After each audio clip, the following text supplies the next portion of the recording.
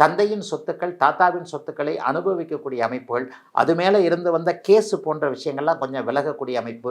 முதல் திருமணம் தோற்றுப்போய் 2வது திருமணத்தை எதிர்பார்த்து காத்து கொண்டிருப்பவர்களுக்கு 11ஆம் அதிபதி சுபத்துவத்தை அடைகின்ற காரணத்தினால் 2வது மன வாழ்க்கை ஜாம்னு இருக்கக்கூடிய அமைப்பு. ஏற்கனவே கல்யாணம் ஆனவங்களுக்கு 6ஆம் இடத்துல குரு பகவான் இருக்கிறாரே, கல்யாணம் ஆகாதான்னு கேட்டால் அப்படிலாம் கிடையாதுங்க. உங்களுடைய தசாபக்தி அமைப்புகளின் அடிப்படையில் நல்லவைகள் தான் நடக்கும் என்கின்ற நிலை இருக்கும் பொழுது கல்யாணத்திற்கு குருபலம் ஒரு தடையாக இருக்காது.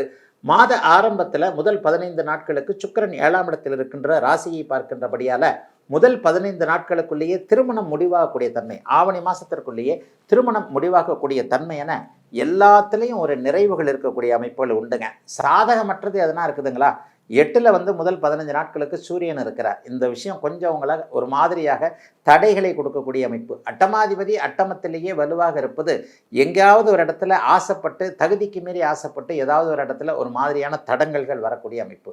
ஆகவே ₹1 கொடுங்க, 10 ரூபாயாக மாற்றி கொடுக்குறேன், இதில் பணம் போடுங்க, அதில் பணம் போடுங்க, இந்த இப்போ கொடுத்து விடுங்க, அப்படியே நம்ம திருப்பி கொடுத்து விட்டுறேன், நான் உங்களுக்கு பணம் போட்டு விட்டேன், அப்படியே ஜிபேயில் அதை நீங்கள் திருப்பி எனக்கு போட்டு விட்டுருங்க. இந்த மாதிரி சீட்டிங்கான விஷயங்கள் முதல் 15 நாட்களுக்கு வரக்கூடிய அமைப்பு இருக்குது. 8ல் சூரியன் இருப்பதால் முதல் 15 நாட்களுக்கு கவனம் தேவையான மாதமாக அமைந்திருக்கிறது இந்த மாதம்.